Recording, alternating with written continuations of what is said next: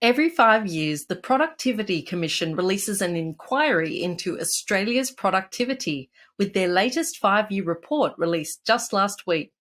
In it, they outline the case for advancing prosperity through building an adaptable workforce and creating a more dynamic economy, just to name a few. But Australia is facing a number of productivity challenges in the face of an uncertain world, which may hamper our economic growth in the years to come. While we won't make you read all 9 volumes, Grattan's CEO Danielle Wood joins us to discuss why productivity matters and what to make of the report. I'm Kat Clay and welcome to the Grattan podcast. Danny, I found one of the phrases in this report intriguing. Australia has a productivity predicament. What's the problem? Yeah, I love a little bit of alliteration there, Kat. Really, the predicament that the Productivity Commission is talking about is the fact that we've seen a slowing of productivity growth across the Australian economy. In the last decade, it's actually been the slowest that it has been over the past 60 years. So if we think of that decade kind of sandwiched really between the GFC and COVID, productivity growth was about 1.1% a year. That compares to an average of about 1.8% a year on average over the prior 60 years. So that's quite big. And it really matters for living standards. So we should think of that as mattering for the amount of goods and services that we are able to consume. It matters for our capacity to reduce our working hours. And there's various ways that the PC tries to illustrate it. One way is kind of forward-looking, which says productivity growth now is projected to be about 1.2% over coming decades, down from what we used to be the expectation that would run at 1.5%. The difference between those two, once you get out to 2060, is that our incomes will be 40% lower than they would have been if it stayed at 1.5%, and our working week would be 5% longer. So it gives you a sense of why that matters. And to really bring it home, I mean, the way I think about it, if we go back to that decade again, that decade between the GFC and COVID, we saw really sluggish wages growth, people will remember, not just because of productivity growth, but it was an important factor. And we saw that particularly impacted people at the fringes of the labour market. That was a period in which incomes for young people actually went backwards. So if you took an average 25 to 34-year-old in 2018, they earned less than an average 25 to 34-year-old in 2008. So we had that sort of expectation of generation on generation progress turned on its head. So that is why this matters. Ultimately, it's about our living standards, our capacity to grow our incomes, grow our consumption, and hopefully reduce our working hours over time. The report makes the point that Australia is not alone in that productivity is slowing around the developed world. What's going on here? Look, that's a really important point, Kat. This isn't just an Australian phenomenon. Really that decade post the GFC, we saw slower growth across much of the industrialised world. What's going on, I think, is there's a set of factors that explain that slower productivity growth that are common across nations. So a critical one is technology. That is innovation and technological adoption is the most important driver of productivity growth over time. And the recent wave of technological change just hasn't unleashed growth in the same way that the previous ones have. So one school of thought is that, maybe this time, internet, digital age is just less transformative than previous waves. Things like railroads and indoor plumbing that just massively transformed the way we live and work. Another view is that it just takes us a while to work out how to harness new technologies. And the potential of digital technologies, things like AI, are advancing incredibly quickly. So it may be that we are actually about to unleash the next wave of economic growth. We need to make sure that we have the enablers set up to encourage this diffusion for us to get the most out of it. So I was really delighted to see this report focus on technology and in particular the uptake of digital technology as a crucial driver of productivity growth going forward. The second thing that we have in common with other advanced nations, which has been dragging on our growth, is the shift in economic activity towards the services sector. Australia has followed the same trajectory as all countries do as they get richer. We see jobs and economic activity moving away from sectors like agriculture and manufacturing towards services. That reflects both the fact that Technological change has driven people out of agriculture and manufacturing. You've replaced labour with capital. We've seen globalisation, which has also shifted activity in those sectors to other nations. And we see a shift in consumption patterns. As people get richer, they tend to spend a shrinking share of their wallet on goods, stuff you can drop on your foot, as economists will often define it, and a rising share on services. Those factors have led to a world where services are now 80% of our economy by value, 90% of total jobs in Australia are in the services sector. That feeds through into weaker productivity growth because, on average, productivity growth tends to be lower in services than it is in goods. So in things like manufacturing and agriculture. I'm really glad the report acknowledges that this isn't something government should attempt to undo just to try and get productivity numbers up again. That reflects our preferences. But what we should do is think about opportunities to boost productivity in the services sector. And, technology creates those opportunities in a number of areas. However, there are some areas like caring services where that's probably just not going to be possible. Labour really is the product in those service areas. So unless we're happy with robots caring for our elderly or our children, those are sectors where there just isn't going to be the same scope for productivity gains through replacing labour with capital. Australians value these services. In fact, increasingly, we want more of them as we get better off as a nation. So the way I think about that really is we need to invest some of the dividend from growth elsewhere in the economy into delivering these services. So that's really something the Productivity Commission talks about as one of the headwinds to productivity growth. The other headwinds that I think are just worth touching on are combating climate change and the costs of doing so. And indeed, actually, I would argue the impacts of climate change through things like extreme weather events and impacts on agricultural productivity will be a drag going forward. The other one is geopolitical tensions. So in a more fractious world, we are seeing a push towards deglobalization, a reinsertion of trade barriers, a push to try and pull apart globally integrated supply chains. So we're hearing a lot of talk about onshoring and friendshoring. Those things would all be very economically costly. And if we proceed further down that route, that will very much create a drag on the Australian economy. And we'll talk a little bit about climate change later on in the podcast. But first, I want to ask, what can governments do that could make a difference to this productivity predicament? I'm glad you asked it like that, Kat. It is worth reminding people, I think, that there's a lot outside of government's control. So I think sometimes if you just kind of picked up and read the media discussion on productivity, you might get the impression, like if the government would just do tax reform, we're going to return to the productivity levels of the 1990s.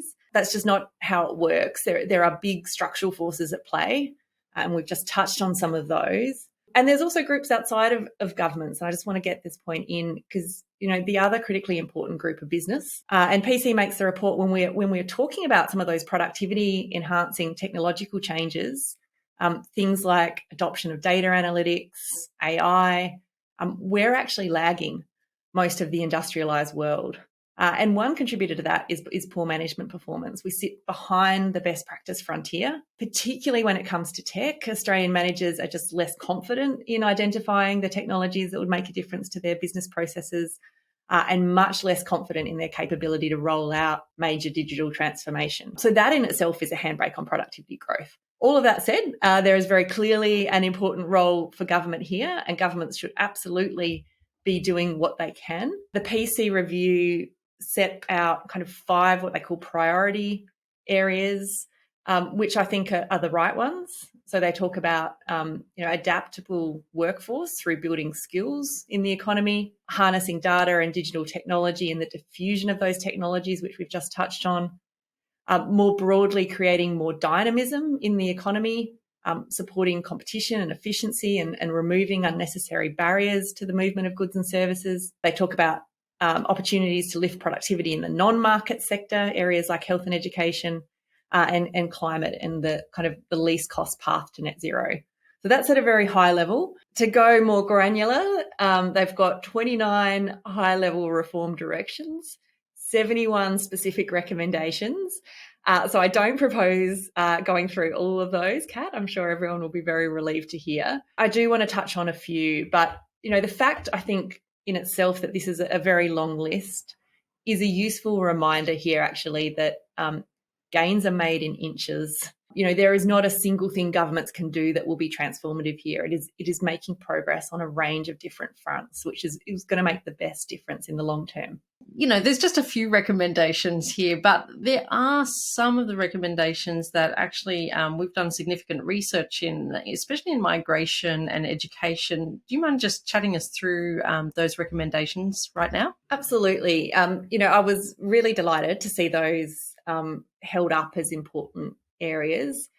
So migration, is an area where we've been working at Grattan for a couple of years now. Frankly, you don't get much low-hanging fruit in the policy world, but I think making our skilled migration system work better really is an example of low-hanging fruit. And there we saw Productivity Commission's picked up a number of key recommendations. Really, it's about overall trying to build a program that focuses on building Australia's human capital, our skills and potential over time. So things like abolishing visas that are not doing a good job at picking high-skilled migrants that add the most value to the Australian economy. So they've recommended getting rid of the business investment visa. Essentially, it's become a way to buy a visa, and it's not bringing in the high-skilled workers we really need. That's consistent with something that Grattan has been saying for a while now. They recommend wage thresholds for employer-sponsored visas. Essentially, that means getting rid of skills shortages lists. They are cumbersome, slow-moving, bureaucratic documents. They have become increasingly politicised, and using instead a simple threshold. Will the person be paid more than this amount? That allows us actually to better select migrants that are going to most add value to the Australian economy, and strips out red tape and allows faster processing times, greater certainty for businesses, and greater certainty for potential visa applicants, which is really important when we're trying to, we're in global competition for these highly skilled workers. So that was, one area that I was really delighted to see the PC focus, and there's a number of other recommendations on migration as well. You mentioned education, clearly critical for long-run productivity. We absolutely need to be bolstering both our school system and our post-school education system. I know you've had discussion in the past on this podcast, Kat, about some of the really concerning results we've seen in declining literacy and numeracy results in Australian schools. There are things we can do to turn that around, and really delighted to see the PC pick up some of what I think are the very practical recommendations we've made around these things. Creating teacher career paths to help attract and retain high achievers in teaching, and then using high-performing teachers in the professional development of other teachers. Use of high quality, evidence-based curriculum resources endorsed by governments. Grattan's recent work, as you know, showed only 15% of teachers have access to those types of materials at the moment. And that puts us in the crazy world where teachers are reinventing the wheel on Instagram at 11 o'clock at night before they have to deliver a lesson the next day. Not a great use of teachers' time and expertise. And we end up with very variable quality lesson plans for students. So again, there are a number of different fronts we need to move, but we can make a real difference. Also on education, I'll just do a little plug in the higher education system, a support for a return to the demand-driven system of Commonwealth-supported places, something that our former higher education program director, Andrew Norton, has advocated for, given the benefits that higher education provides to students in terms of their future opportunities. There's also a lot of recommendations you won't be surprised to hear on vocational education training, things around lifelong learning, all about boosting the skills potential of the Australian population. Now, I hadn't known much about productivity before reading this report, but the report also suggests improvements to the non-market sector, which I learned that these are the free or below-cost services such as healthcare and government-funded services. Where do you see the key opportunities for productivity growth here? Look, this is really, I think we should think about it as the frontier of boosting productivity. And what it means essentially is, how do we boost the productivity of the way we deliver those services in areas like education and health. This is a high degree of difficulty. I think it's worth noting, these are complex systems, but you actually get a double kicker in terms of productivity. So these things are a big share of the economy themselves. So if you start delivering education and health more efficiently, you boost productivity. The other way is, if you're able to improve education outcomes, as we just talked about, if you can improve people's health, that in itself makes them more productive and delivers a longer term dividend. Health is another area, frankly, where there is huge scope to do things better. One great example is primary care reform. We have a system that was designed 4 decades ago. It just has not kept pace with shifting disease burden, the big rise in chronic conditions. That means we just have so many people slipping through the gaps and ending up in hospital, where it's just far more costly to treat them. And obviously much less desirable from the patient perspective as well. So again, I think Peter Brayton and Grattan's health team has done some fantastic work about what this might look like. And we did see the PC pick up a number of these themes. For example, greater use of team-based care, drawing in professionals like nurses and physios and pharmacists working under the leadership of the GPs, taking pressure off the GPs and having them concentrate on the things that only they can do. Changes in funding models to support care for chronic conditions rather than simply kind of paying per visit, giving funding models that provide incentives for health providers to manage those patients' conditions, and hopefully we end up with less patients being treated in our costly hospital system. So, those are the kind of things you can do in health that make a difference to both the efficiency of how we provide the services and the outcomes for Australian people. So as I said, this is a really important frontier when we're talking about productivity.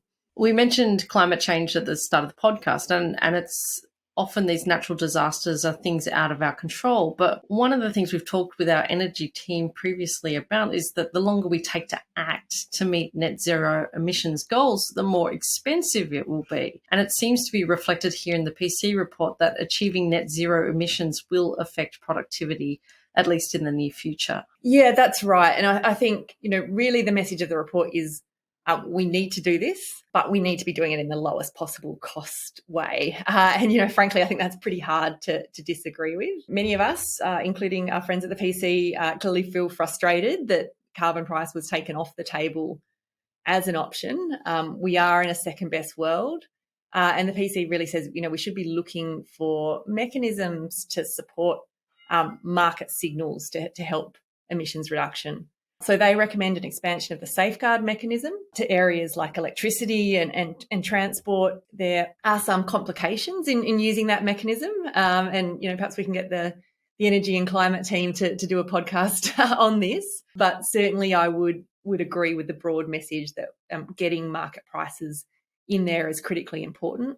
And at the very least, we should be thinking about the cost effectiveness of different interventions we put forward. There is a really interesting table in the report where they compare the cost per volume of CO2 reduced from different interventions, notably the exemption of EVs from fringe benefit tax with an extraordinarily high cost. I think it was something like $1,000 to $20,000 per tonne reduction. So we should have much less of those types of high-cost interventions, much more serious move to reduce emissions using broader market signals. So I think it was a really important intervention from the PC. It was noted that in the last time they did this review, they didn't really say much about climate change, but it will be critical actually for our economic success over the next decade to do this right.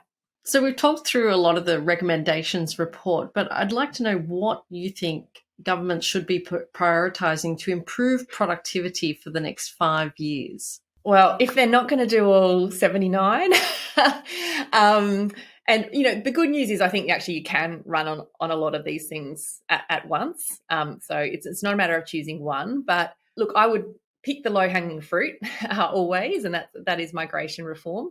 I think that process is already underway. There's a migration review task force, and hopefully we see some of the very sensible recommendations picked up. I would try and start pushing into the areas that have potentially big payoffs. things like some of the school education and health changes that we've been talking about. And again, I think there's some evidence that the government's shown appetite to pick up some of those things. I would be looking to the states to start moving on some of the ones that are harder for them. Really delighted to see planning and zoning reforms picked out by the Productivity Commission, really important levers for boosting productivity. Better use of infrastructure through things like congestion pricing. That's something that Grattan's Marion Terrell has done some work on what that might look like. So I think, getting the states on board to progress some of those things that are hard but big should also be a priority. And finally, climate has to be on any list of priorities. As you said before, Kat, the longer we wait, the more expensive it gets. But we need to be focusing on the least cost ways to drive serious emissions reductions over the next decade. Thank you so much, Danny. It's always great to have your insights, especially on productivity on the podcast. If you'd like to read more about any of the topics we've talked about today, we have significant levels of research available for free on our website at grattan.edu.au. I've also included a link to the Productivity Commission's report in our show notes if you'd like to check that out as well for yourself. Warning, it is 1,000 pages long, but the overview is a really helpful look at the topics we've discussed today. If you'd like to follow us on social media, please find us on Twitter at Grattan Inst and all other social media channels at Grattan Institute. As always, please do take care, and thanks so much for listening.